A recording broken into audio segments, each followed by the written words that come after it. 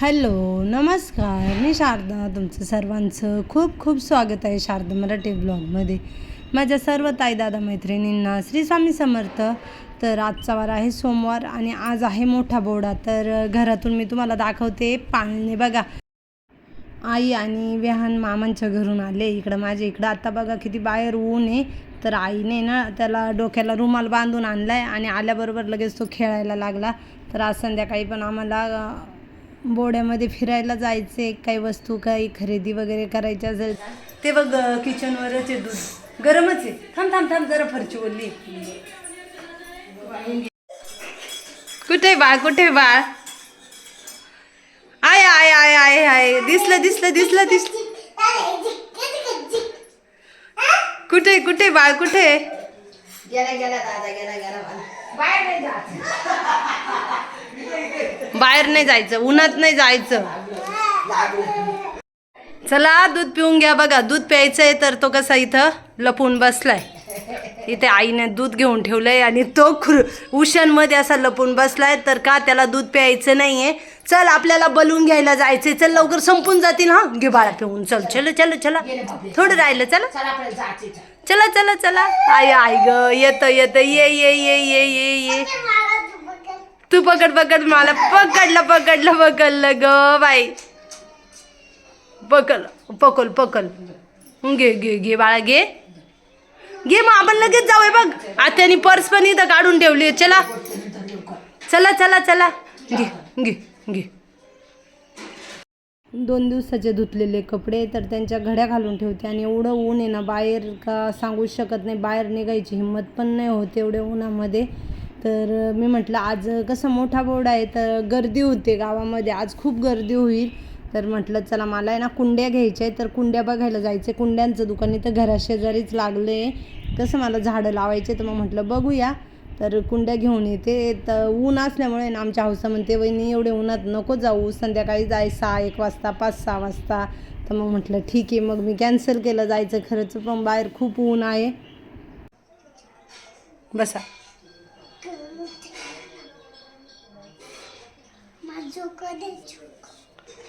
हो ग गाई, हो ग.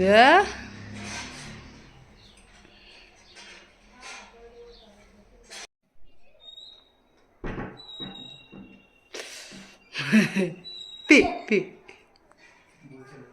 माझा भाचा आहे विहान आणि तो बघा आता माझ्यासोबत कसा गप्पा मारू राहिलाय. आत्या तू काय करते? बोला. इथं बस. बस. इथं इथं इथं इथं बस. इथं बस. असं बसा. बोला मार पप्पा. काय रे बाळा? मी चहा ठेवते आत्याला. तुला दूध प्यायचं का? का?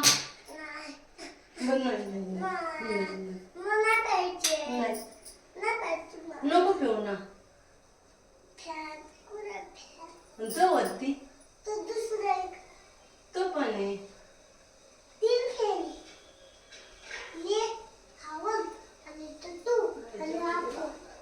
दादी दीदी येईल हा इकडं. आदू आणि दीदी येईल. हा येतील ना. मोठी मम्मी आणणार आहे ना. मोठी मम्मी म्हणे मी दीदीला आणि आदूला आणते. मी फोन केला होता. मग आपण फिरायला जाऊ हा गावात. बलून ते घ्यायला गाडी. हा येणार आहे ना मोठी मम्मी, येणार आहे ना. त्याला चहा ठेवते. तुला दूध पी ना थोडस.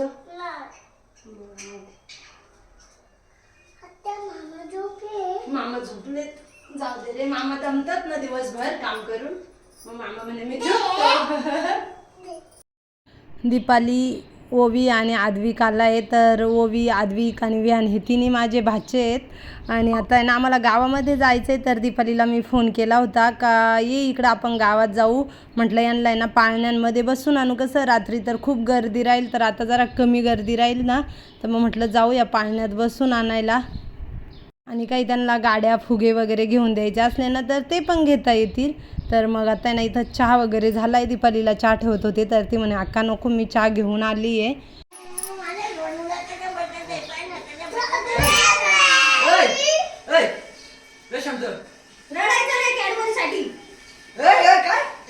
हे आता आपण जाणार आहे गावात.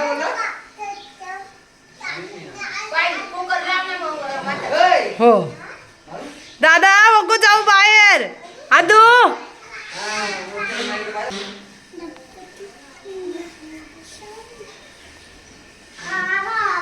शना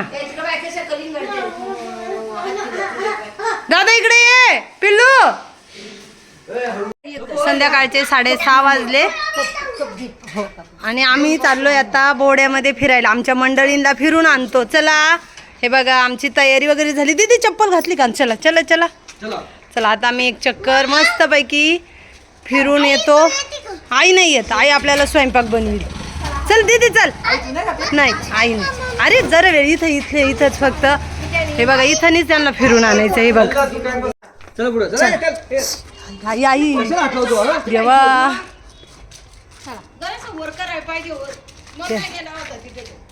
चला चला चला चल दादा चला चला.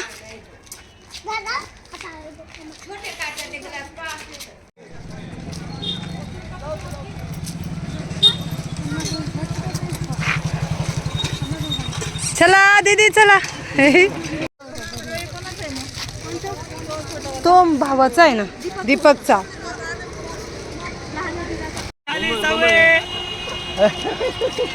काय घ्यायचं तुला? हे घ्यायचं का गाडी घ्यायची? काय घ्यायचं बाळा? कोणती घ्यायची त्याच्या गाडी? एरोप्लेन नको घेऊ दादा. एरोप्लेन नाही. कशाला एरोप्लेन घेतो? बरोबर आहे मग. ए हातात घ्या दीदी. दादा कुठे? आदू दादा.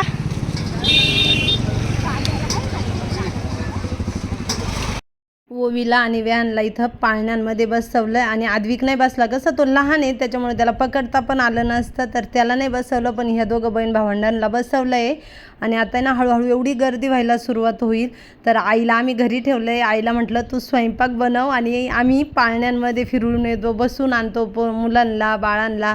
आणि काही घ्यायचं असलं ना तर ते पण घेऊन येतो. तर आता आहे ना आई स्वयंपाक घरी करून ठेवील. म्हणजे आज काही मला स्वयंपाक बनवायची गरज नाही पडणार. कसं आता आई आहे तर ती करणारच आहे.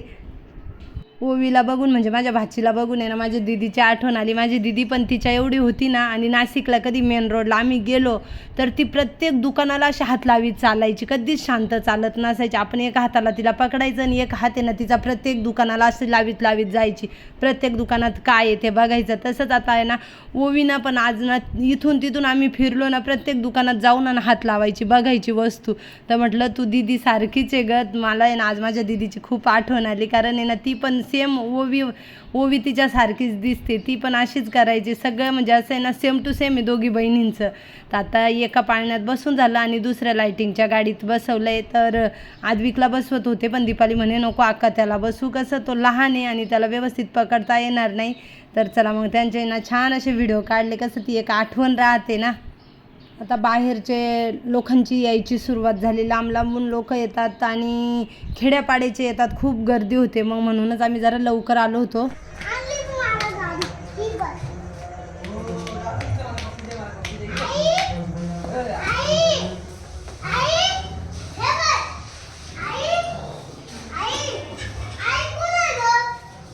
ऐकूलंय ग.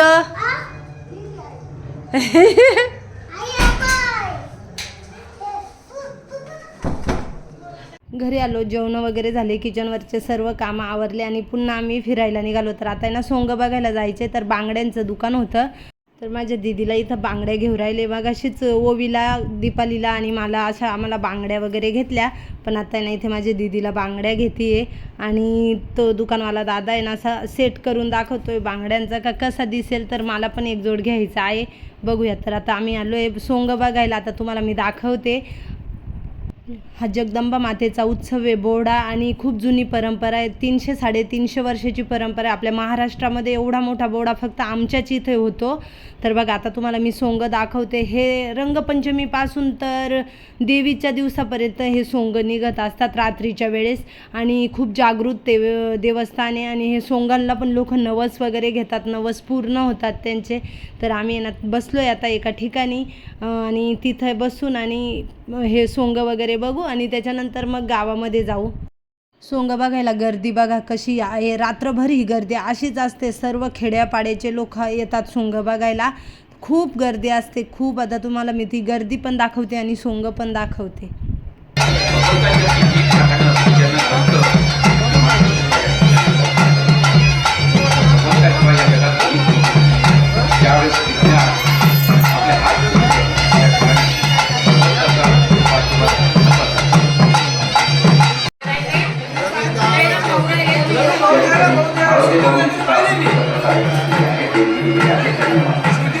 आता जिथं मी बसले आणि माझ्या शेजारी ज्या आजी बसल्या आहे ना त्या साहेबांच्या सख्या आत्या आहे आणि ते भाऊ साहेबांचे सख्या आत्या भाऊ त्यांच्या बायको आणि त्यांची मुलगी अमृता. तर आम्ही ना सगळेजण आता इथं बसून आणि सोंग बघतोय आणि त्यांच्या इथे ना खूप गर्दी होते सोंग बघायला आहे ना. सगळेजण आहे ना नातेवाईक वगैरे किंवा दुसरे शेजारी पाजारी असे लांबचे ओळखीचे लोक येऊन आणि तिथं बसतात सोंग बघायला. कसं निवांत बसून आणि बघायला मिळतं आहे. तर आधी आहे ना त्यांनी खुर्च्या टाकल्या होत्या आणि आता आहे ना मग म्हटलं बसायला आहे ना त्यांनी असं चटाया वगैरे आथरल्यात आणि तिथं बसून आम्ही सगळेजण सोंग बघू राहिलो.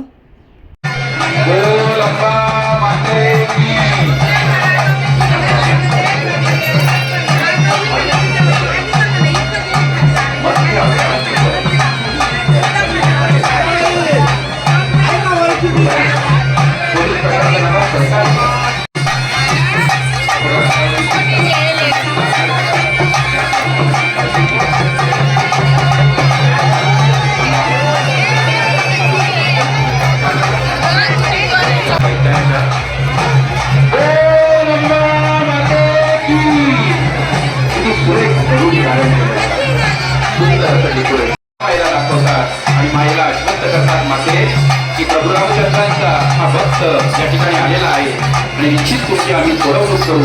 प्रभू रामचंद्र तुम्हाला वाचवण्यासाठी तुम्ही सोडवणूक करण्यासाठी या ठिकाणी येत आहे हे त्यांचं दूत म्हणून तुमच्याकडे आलं. त्यावेळेस तुकामाईंच्या चेहऱ्यावर प्रसन्नता पाहायला मिळते आणि अशा वेळेस असंच वाटतं की त्यामध्ये निश्चितच पोलीस प्रशासन महसूल प्रशासन यांचं चांगलं योगदान असतं. नगरपंचायत तर सर्वांचं मनपूर्वक या ठिकाणी आभार व्यक्त करतो. या युद्धाच्या प्रसंगाचा अनुभव घेतात. बघा हे राक्षस सुद्धा प्रचंड शक्तिशाली असतात. देवांना आव्हान देण्याचं सामर्थ्य त्यांच्याकडे असायचं परंतु तरी तिचा पराभव होतो. हा बोध आपण या प्रसंगामधून घेतला. तर सोंग बघितले ते तर रात्रभर असतात पण मग काही सोंग बघितले आणि काही राहिले बघायचे. पण मग म्हटलं चला आता एक चक्कर गावामध्ये जाऊया जरा फिरूया. तर इथपर्यंत आले आणि इथून पुढे तिकडं बघितलं एवढी गर्दी आहे. तर आज आहे ना काही हिंमतच नाही झाली तिकडे खाली यात्रेत म्हणजे बोहड्यात फिरण्याची, कारण एवढी गर्दी आहे. आणि मग म्हटलं धक्काधुक्की घेत जायचं तर त्याच्यापेक्षा जायलाच नको. काय मला खरेदी करायचं होतं ना ते काल मी घेतलं होतं आणि आज मला काही खरेदी करायचं नव्हतं पण एक चक्कर सहज फिरायला जायचं होतं. तर मग मी यांना म्हटलं आज काय आपल्याला गावामध्ये तिकडे खाली जायचंच नाही, कसं गर्दी असल्यामुळे ना मग मी कंटाळा केला आणि 2-3 दिवसापासून आहे ना रात्रभर जागरण वगैरे असतंय. बोहड्याचं पाळण्यांचा आवाज घराजवळ येतो. त्याच्यानंतर हे बोहड्यात फिरलो वगैरे. तर मग यांना म्हटलं चला आपण आता घरीच जाऊया. तर कसं दरवेळेस माझी दीदी राहते ना मग तिला घेऊन आम्हाला फिरायला जायलाच लागते. तर आज माझी दीदी नव्हती आणि आम्हीच दोघंजणं फिरत होतो. आधीचं काही नाही, तो त्याच्या मित्रांबरोबर फिरत होता आणि आम्ही दोघंजणं फिरत होतो. आई पण आज फिरायला आली नाही. आईने जरा 1-2 सोंग बघितले आणि विहानला घेऊन ती मामांच्या घरी गेली झोपायला. तर ती तिकडे झोपली आणि आम्ही मग म्हटलं चला एक चक्कर येऊया फिरून. पण एवढी गर्दी होती मग यांना म्हटलं जाऊ द्या. मग आम्ही आलो आता चाललो म्हणजे घराकडे आणि घरून मग पुन्हा पाळण्यांकडे जाऊ. यांना पाळण्यांमध्ये बसायचं आहे आणि मला मौत का कुवा बघायचा आहे.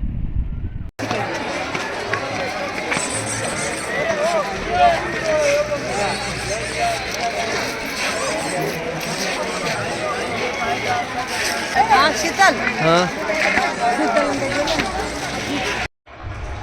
किती वाजले हो?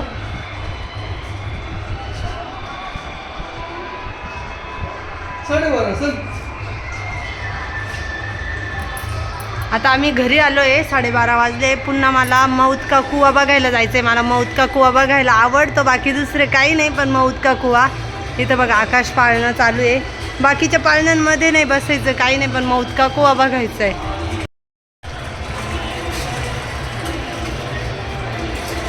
नाही हो.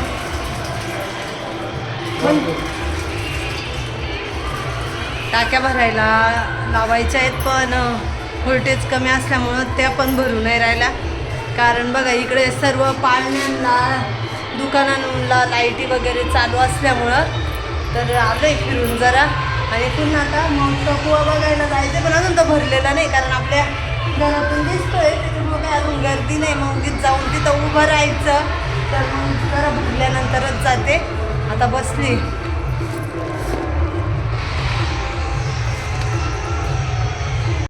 घरी आलो, काही थोडंफार सामान घेतलं होतं ते घरामध्ये ठेवून दिलं, पाणी वगैरे पिलं, बोर चालू करून बघितली. कारण आहे ना वरती टाक्यांना पाणीच नाही, सर्व लाईटी डीम आहेत. कारण हे दुकानांना लाईटी दिलेल्या आहे, पाळण्यांना लाईटी दिल्या आहे ना, तर खूप लाईटींचा प्रॉब्लेम आहे. आधी पण फिरायला गेला आहे, तर एक चावी त्याच्याकडे आणि एक चावी आमच्याकडे आहे. तर आत्ता आहे ना आम्ही पुन्हा चाललो आहे पाळण्यांमध्ये बसायला. माझ्या दीदीला खूप आवडतं आहे पाळण्यांमध्ये बसायला, असं बोड्यामध्ये फिरायला, गर्दीत. माझ्या दीदीसाठी पण कानातल्याचा एक जोड घेतला आणि बांगड्यांचा एक जोड घेतला. तिला आधी मी विचारलं घेऊ का बाळा, तर ती म्हणे घे मम्मी, तुला जो आवडेल तो घे. मग मी माझ्या पसंतीचा घेतला आहे आणि तिला आवडते. तिला माहिती आहे मम्मीने एखादी गोष्ट घेतली तर ती चांगलीच घेईल, तर तिला आवडते माझी पसंती. तर आम्ही आता मौत का कुवा बघायला आलो आहे आणि वरतून व्हिडिओ काढला आहे. बघा ही गर्दी पाळण्यांकडे 2 ठिकाणी ह्यावर्षी पाळणे, पहिलंच वर्ष आहे का 2 ठिकाणी पाळणे, नाही तर दरवर्षी एकच ठिकाणी असतात. तर बघा हे पाळण्यांना गर्दी. आणि हा एक पाळणा बघा किती वरती जातो, तर याच्यामध्ये साहेब बसले होते आणि मला म्हणे तू चल. मी म्हटलं मला काही बसायचं नाही, तुम्हाला बसायचं तर तुम्ही बसू शकता. पाळण्यांच्या ठिकाणी गाणे चालू आहेत आणि आवाज ठेवला तर चॅनलवर कॉपीराईट येऊ शकतो, त्याच्यामुळं मी आवाज आता बंद करते आणि तुम्हाला मी आता पाळणे वगैरे दाखवते. आणि हा मौत का कुवा बघा किती जीवाची बाजी घेऊन आणि हे लोक मौत का कुवा खेळतात. बघा बरं, हे गाड्या वगैरे तुम्ही बघाल तर कशी चालवतात. आता त्याच्यानंतर खाली ही 4 व्हीलर उभी, ही सुद्धा त्या फळ्यांवरतून चालणार आहे.